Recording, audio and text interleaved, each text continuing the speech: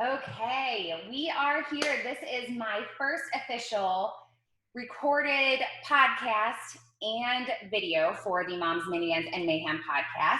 And I have my beautiful best friend and sister-in-law, Katie Brady.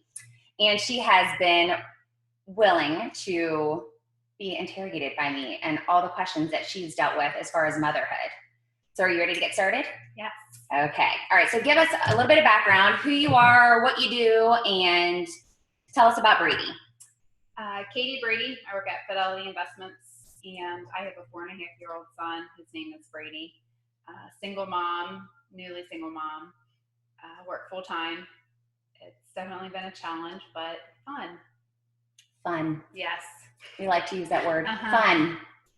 This when everybody is asking you how your day was. It was fun. It was nice. Yes. We survived. Yeah. So, all right, let's start at the beginning. When you decided that you wanted to get pregnant, was it hard for you or was it pretty easy to get pregnant? Super easy. First time we tried, it happened. Okay. So it was very easy. I was afraid that it was going to be hard. So I said, let's just start off trying, and first time. Was it because you saw how easy it was for me to get Right, pregnant? Exactly. Mm-hmm. Mm-hmm. So yeah, I was very lucky in that department that I didn't have to wait and wonder and try a million different things. So Now, did you have any issues when you were pregnant, or was it pretty easy, smooth sailing? it was, I didn't really like being pregnant. What didn't you like about it? I was nauseous the first 3 months. I ate whatever I wanted. I gained, how much weight did I gain? Like 45 pounds or something ridiculous, just absolutely ridiculous. I was addicted to Afrin because I couldn't ever breathe. And if people don't know what Afrin is, tell them what Afrin is. The nose spray. You can So if people don't think that you're like addicted to something, they're like, oh, she was pregnant, she was addicted to something. You can actually get addicted to nose spray, and I did. Who knew? And I had to wean myself off of it when I was pregnant. Fractured my ankle when I was in my third trimester. Had to have a tooth pulled in my third trimester. So she was addicted to nose spray. She twisted her ankle. I was fat. She was fat. You were not fat at all. It just and lost a tooth. Lost a tooth. I think I was so scared the whole time too, not knowing what to expect. It's just scary being pregnant, and I felt uncomfortable, and I just didn't.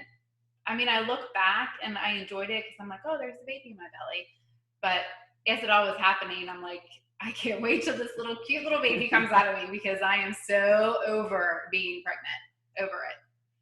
And then how about when you had him? So you had C-section. Yes. Scheduled C-section. And why did they schedule it? Because you weren't late. My uterus was heart-shaped. So he was all on one side, and it came to a certain point, like 3 or 4 months in, where he was feet first, and he couldn't literally turn in my uterus because it was heart-shaped. So he was kind of stuck in that position. So there was no chance of him being able to come down head first. So they just went ahead and scheduled a C-section, which I guess, as long as he was healthy, I didn't care. Mm-hmm. I always kind of thought it would be neat to be like, oh, my water broke. But then at the same time, scary, what if you're at work, or what if you're driving, or, and I'm such a planner that I kind of like the idea of okay, this is the day I'm going to have my baby. I can curl my hair and put makeup on and be ready for it.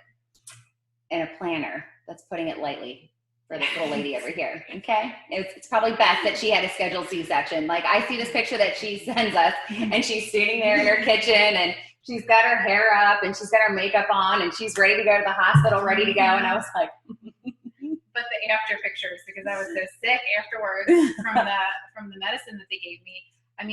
All my makeup had sweated off. I was green.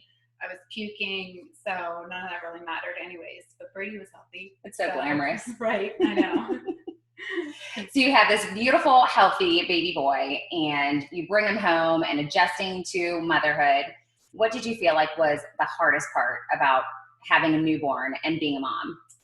The lack of sleep, definitely the first 3 months, I think, was definitely an eye-opener. You don't realize how much little sleep you can go on until you have a child. And then I didn't breastfeed, but I pumped all the time. So, and when my milk came in, and it was literally every 3 hours I had to pump. And sorry if you all hear any background noise. We have 2 dogs and the triplets running around upstairs. So I apologize if you hear any background noise. So go on. Every 3 hours I had to get up. I had to wake myself up through the night.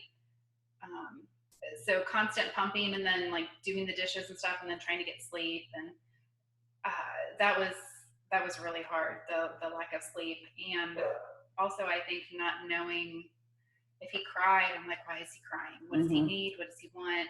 He had acid reflux, a little bit of reflux. So then we had to give him medicine, and I just was constantly wondering if he was okay, if he was in pain, things like that. Just the not knowing because they're so little. But then I think after 6 months, kind of got into a routine with everything. Yeah. So then after you kind of get adjusted to the newborn stage, and then we get into the fun stage of being a toddler. But also before we get to that, you were also a full-time working mom. Yes. So after your maternity leave was up, you had to go back into work full-time. So how was that for you? Was that easy? Was it hard? For me, it was easy because I was lucky enough to have my mom watch Brady full-time. I think I struggled a lot with thinking if I had to take him to daycare, I don't know if I'd be able to drop him off. Like I just, knowing that my mom was taking care of him made it a million times easier. And I don't know if I could do the whole stay-at-home mom thing, maybe part-time, but I liked working. I still do. I like going to my job. I like the people I work with. I think that made it easier. Sometimes I think if I had to stay at home all day and just have Brady to talk to, people would think I was crazy.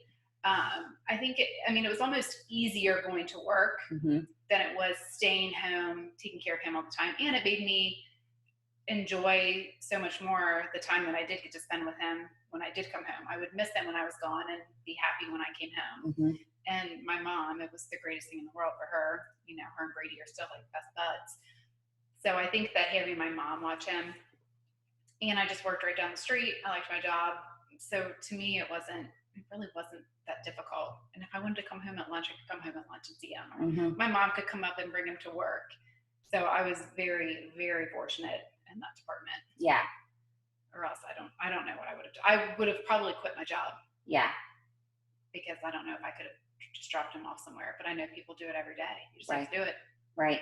So you adjusted to that. You're back to work. And then, so going into the toddler years, which I think some people view as maybe one of the hardest phases. Do you feel like that was hard for you? Or what stage do you think was the hardest for you? And why? I think that once he turned 18 months, it got better because he could start to communicate a lot more. I think between 9 months to 18 months was hard because he was learning to walk. He was getting into everything he shouldn't be getting into. He couldn't quite communicate yet. It was like he wasn't a baby, a newborn, but he wasn't like a toddler yet. It was that in-between stage where it was just things were still transitioning. Do we still give him a bottle at night? Do we, how late does he get to bed? Does he still take 2 naps during the day? It's just like there's so much pressure on all these things that you have to do during that 9 months to 18 months where I'm thinking this is going to like form my child for the rest of his life. And, I don't want him to fall. I was psycho about him walking and being around sharp things. And I'm like, what if he falls? He's going to crack his head open. It's just like the constant feeling like they want to start to be on their own, but I don't want him to be on his own yet. Yeah. And he could talk a little bit, but it's not like we could carry on a conversation with him. So I think that was probably the hardest part. But now that he does talk, sometimes I'm like, I wish you couldn't talk. Do you remember those days where I was just dying to know what you were thinking? And now I'm like, if we could only go back where you just cried, that would be amazing. Exactly.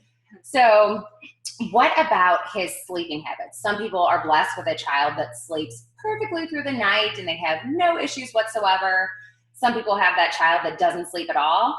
So where did Brady fall in that category? Up until right before he turned 2 years old,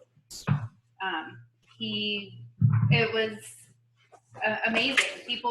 I would hear people talk about how they couldn't get their kid to sleep in their crib and they get to sleep with them. And I'm like, those people, they don't know what they're doing. They have no clue how to parent, I was super judgmental because I'm thinking this kid, he goes in his bed and he says, we read him a couple books and he says, Mommy, rock a baby. And I would rock him and sing him a song and then he'd point to his crib and he'd give me a kiss and he'd go to sleep. And I'm like, this is cake. Who can't get their kid to sleep in a crib by themselves? This is amazing. Are you kidding me? He tells me when he wants to go to bed. I mean, every once in a while he would wake up, but he was a great sleeper. If he woke up through the night, he would just fall right back to sleep. Right before he turned 2, he had a horrible stomach virus, and for like a week was puking. The doctor said the one night I felt it was like one of the worst nights of my life. He kept crying and crying and crying. I'm like, oh, I wish he would just cry himself back to sleep. I go in there, and puke was everywhere. So I felt terrible. I'm like, he's been in here for 15 minutes. Just the way you want to wake up. 15 minutes covered in his own puke. I'm the worst mom ever. And the doctor said, you really need to sleep in the same room with him just so, because if he does throw up, he could choke and you need to be in the same room with him. And I've never heard a doctor say that before, so I'm psycho. Thinking, as if you're not paranoid as a mom already. Exactly. Like, you might want to sleep with him because he might choke. Oh, okay. So instead of me maybe sleeping on the floor in his room, I'm like, he needs to be right next to his mom. And he wants to sleep on the floor anyway. Right. He has to be next to me and I need to hear him. I pretty much wanted him to like sleep on top of my chest because I was so nervous that he was going to like throw up and choke at night. So he sleeps in bed in between me and my ex, like for 3 or 4 days until the stomach bug is gone. We go to put him in his crib that 5th night and he wants no part of it. And ever since then, he's been in bed with me or somebody else. Will not go in his crib, refuses. And everybody said once they get like 1 or 2 nights in bed with you, they will not want to go back. And I am telling you, and we did so many things. I've tried locking him in his room. That was the most horrific experience of my life. I remember you telling me about that. I thought I was going to be the first to break. Well, I wasn't the first to break. I mean, he's banging on the door, Mommy, Daddy, let me out of here. I'm scared. I mean, he was screaming bloody murder and it wouldn't stop. And I'm thinking at some point he has to fall asleep. I mean, you would think at some point they have to fall asleep. Yeah. No, they don't. And that's what somebody had told you to do, right? I mean, so like when somebody might hear like, oh, we locked our kid in the room, it's not meaning like she locked her kid in the room like by any means of like torture.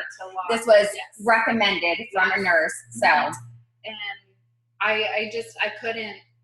I was crying in the hallway thinking my child is in there scared. And I mean, some people maybe can do it.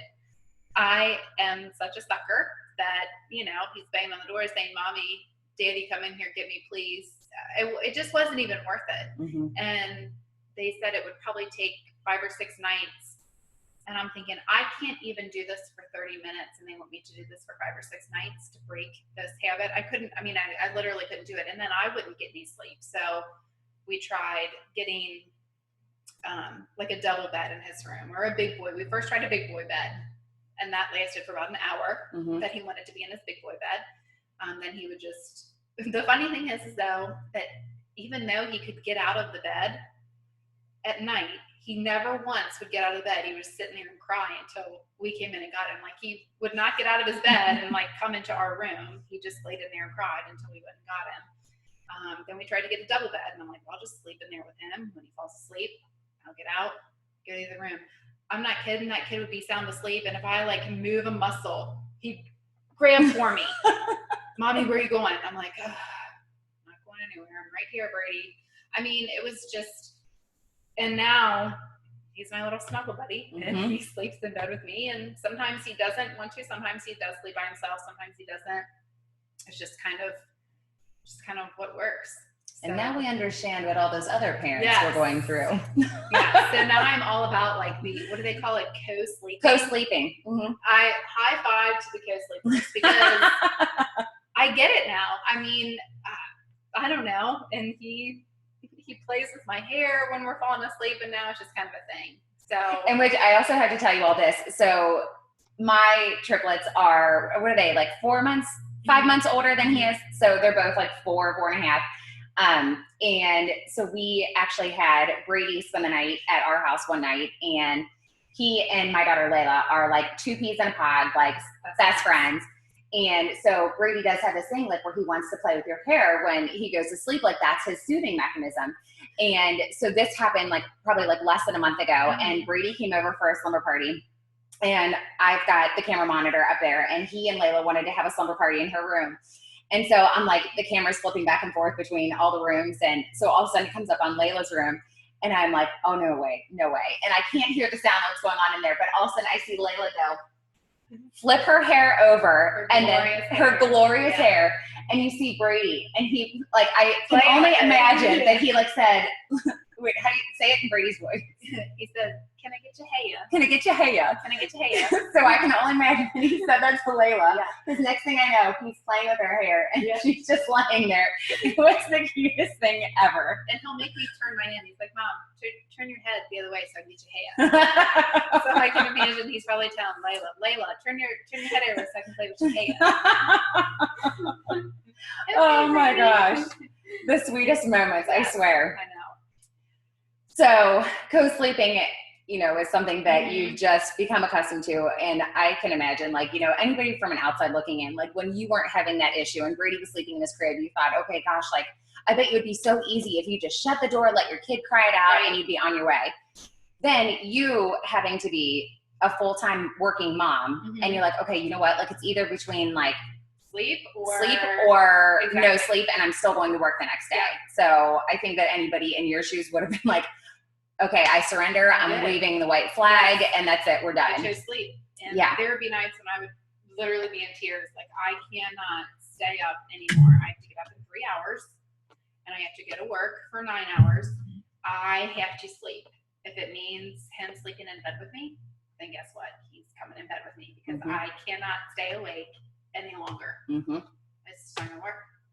No judgment from here. So we get it. I chose sleep. I don't blame you, and I don't think anybody else would either. So potty training, that seemed like it came pretty easy for him. I know a lot of parents, I know I struggled with it a lot, but it seemed like for him that was something that was very easy for him. It is. I don't understand the power that my mother has, but she has something that I have nothing to do with this potty training. I did nothing. Like, we bought a little toilet, and we had talked about it, and, you know, we bought some big boy underwear and kind of put them on him a couple times and stuff like that. And one day I came home, and my mom said, he's been wearing his big boy underwear all day. And I was like, you're kidding me. We haven't even started, like, I mean, just barely even started potty training. We're just kind of thinking about it, trying to get him into it. And she said, I told him that I'm putting his big boy underwear on him, and he can't go to the bathroom in it. If he needs to go to the bathroom, he has to go to the bathroom. And literally ever since then, he hasn't, even through the night, no pull-ups, no nothing. It is I don't know what my mom did or what she told him, but she did something that I take zero credit for it. I mean, she's like, I don't know, I just put on his big boy underwear and told him that he couldn't, and he just didn't. And ever since then, like, I think he's maybe had 1 or 2 accidents where it's been like, he says, I'm sorry, I didn't make it to the bathroom in time, like on the way to the bathroom, but not even at night. Yeah. He's never once wetted the bed. Yeah, he's had like a bladder of steel. Yeah, he really does. And when he wakes up in the morning, like an hour later, I'll be like, oh, I think I have to go to the bathroom now. I'm like, you can hold it. I have no idea. I don't know. That's like 1 in a million, because I don't understand what happened. Yeah. I don't think it's supposed to be that easy, especially with boys. Yeah. I heard boys are a lot harder. Yeah. And it just was super easy with him, thankfully. What do you think has been the hardest? Like, do you think it's been, so potty training came easily, you know, co-sleeping, like once you kind of just gave in and that was something that you're like, okay, you surrendered to that. What do you feel like was the most difficult part besides like the 9 months to 18 months? Like up to now? Yeah. So like, I mean, I know you and I have talked about it obviously because we have history, but as far as like, you know, we say with like disciplining our kids? Like, how do we get them to listen to us? Like, is that something that you feel like is the most frustrating? Is like getting them to listen to you? Yes, because I know he can listen, and he listens to other people so much better. Even with me and you, I can't get him to do something, or couldn't get him to take his medicine, and you take him into the other room, and then he takes it. And I'm like, what? But I just have been fighting with you for 30 minutes to take it, and Aunt Leah takes you into the room and you take it. You know, so it's just the listening. He doesn't. If it's coming from mommy or daddy, he doesn't want to do it. But if somebody else tells him to do it or suggests something, then it's like the most amazing idea ever. Yeah. So it's just getting him to listen. Yeah, I know that you and I have said that, like, you know, when we're at school and our teachers are like, oh my gosh, your kids are the most well-behaved kids. They're so nice. They're so polite. They get along with everybody. They listen so well. And I'm like, I know. Are you talking about my kids? Okay, that's interesting. That's interesting. When we got the family photos taken, the photographer, she got them all to sit down, be quiet, keep their hands to themselves. And I'm thinking, smiling, smiling for a picture, and not a silly smile, like an actual smile. I don't know. They just listen to others. It's like he's like, it's my mom saying it. I have to do it. Yeah, they know how to push our buttons and get away with things. Oh yeah, definitely. What do you think is one thing that you wished somebody would have told you about motherhood before you had Brady? Like, that you were like, gosh, I wish they said that this was going to be so easy, but it wasn't. Or they said this was going to be the hardest thing, but it was really this. Like, do you think that there was something that somebody could have told you to be more prepared, or I think or be more realistic, and still struggle with still being me instead of just being a mom. Like sometimes my only focus in life is Brady. Everything I do revolves around him. I feel bad if I want to do something, for example, like on a night that I have him, now that we split time 50-50. Oh, well, it's my night with Brady. I can't go get a pedicure with my friends because, you know, it's my time with him. And even before, when I still was married, I feel like I felt bad for taking time for myself or doing anything for myself or spending money on myself, because I feel like everything should just be for him. I think that was definitely hard. Almost feeling guilty for wanting to do anything for myself. Because I was a mom, and it's like everything that you do should revolve around your kids. So I tend to feel selfish sometimes if I do something that I want to do for me that doesn't involve him. And that sounds terrible. I'm like, I just want 2 hours to myself. And I'm like, man, am I a bad mom because I want to like go shopping and get a coffee with Leah for 2 hours and I should be home with my kid? Like I feel guilty. And I know I say no to that. I say, no, do not feel guilty about wanting to go shopping or getting coffee with me. Okay. So I think that because that's how I view myself as a mom. Like, I'm a mom. I'm not me. I'm not just I'm a mom. So it's just hard to try to find a balance now of spending time with him, but also having time for just myself too, and what I want to do. And I think it's easier now that he's getting a little bit older because he just wants to go, you know, play basketball, or he even has little friends and stuff like that. But a lot more when he was younger. I'm like, oh, he needs his mom. I have to be with him every single second of every day. Yeah. So that was probably the hardest part, and still is the hardest part. Yeah. And I think that, I mean, obviously we know that you're not the only mom that feels like that, because, you know, I feel that way a lot, and I've talked to other moms that way too. But I think we all know like how healthy it is to step away. And like when you do have that time apart, like how you get that when you're at work, like you have that time apart from him and you're like, oh my gosh, I come back refreshed, even though I've been at work, and you've got all your time and energy to focus on him. But it is essential and very important to have your own time and your own identity and the own things that you have. So it's not just all pouring into there. Exactly. And I think that you have been able to kind of figure that out now, being a single mom and being able to split your time so that you kind of have that forced time to yourself to kind of think about what it is that you want to do, like do the things that you want to do without feeling guilty. Yep. And my mom is always very, go do something for yourself. Here, I'll watch Brady for an hour, go for a walk, go to the gym and you can work out. Or, So she's definitely in my corner when it comes to that, because she said her mom would do the same thing. Here, I'll watch the kids. You go have lunch with your friends, or get out of the house for a little bit, or take some time away from the kids so that you can be your own person too. Yeah. So it definitely helps having her in my corner. Yeah. Sandy is super mom. We love her. Definitely. So what is something that a story or a meltdown or a temper tantrum or anything funny that you can think of as like the funniest moment that you've had encountered with being a mom? So, a vomiting story, like a really god awful blowout, in the diaper, or temper tantrum in a store, or just an embarrassing moment. Can you think of anything like that? I do remember it was maybe sometime last year in Target, obviously. Target. Where all the moms go. Right. Where everybody knows your name. And Brady was being good, but he was kind of in one of his moods, and it was when he had just started school, and he kept talking about either not liking people or hating people or something like that. And Target was pretty crowded and stuff, and everybody's like, oh, look at that cute little boy, and Brady's showing off and everything, and really loud he said, I'm trying to remember if he said hate, or he said, Mommy, why do you tell me that you hate me, or why don't you like me, or something? And I can see all these moms and people. Oh, we have a visitor. Hey, you gotta be really quiet, bud. Okay. He was in the shopping cart and said, Mommy, why don't you like me, or why do you hate me, or something like that. And I could see all these people kind of turn, and I was like, Brady, I didn't say that. He's like, yeah, you did. You said you didn't like me. And I'm like, I didn't say that. I love you. He's like, no, you don't. You hate me. I'm like, oh my gosh, stop right now. I love you. Judgy eyes. Let's so go. Check out. Sometimes that I'm like, but I didn't say that. And he says I'm really loud so that other people can hear. And I'm thinking these moms are like, this is the worst mom ever. She's telling her kid that she doesn't like him. So yeah, I was mortified. I swear I love you so much.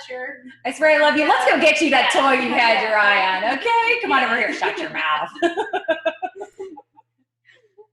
Oh my gosh, I had that with Ava when we were in a bathroom when we were at one of those indoor trampoline places, and she goes, Mommy, look, that lady has a baby in her belly. Lady did not. Oh no. She did not. Yeah, and I was don't have any filter. No filter whatsoever. And I was like, okay, let's keep washing our hands. Let's go back and jump. Why did you say that? Okay. Well, what about, to wrap it up before we go, what piece of advice can you give single moms out there? What can you tell them? Oh gosh. Well, being newly single to all of this, I would say, I think, again, to take time for yourself. I was so focused on being wife and mom that I kind of lost myself. So now I'm doing what I want to do, not what the rest of the family wants to do. And I think it's really important to try to, on the times that I don't have Brady, I make plans with my friends. I make time to work out. I maybe work later. I fill my time with doing things and trying to figure out what I want to do instead of what I would just normally do would be go home and do laundry and clean the house and do the dishes. I get off work and I'm like, what do I want to do right now? Because I can do whatever I want. I don't have to cook for anybody right now. I can do whatever I want. So finding things that make me happy and doing what I want to do, I think is super important. Super important, because it makes me happy. Mommy means happy everybody. Yep. Yes, me. So happy wife, happy life, happy mommy. Yeah. Something like that. So. Yep. Yes. I think that's good. Awesome. Well, thank you so much. I loved it. Thank you for being my first interview on here. I enjoyed it. Me too. And I'm sure this won't be our last. Nope. Oh, so there's Mason. And in true fashion here, you never get time to yourself. And so Mason, my son Mason, has now joined us. And so we will talk to you guys next time. Have a good night. Bye.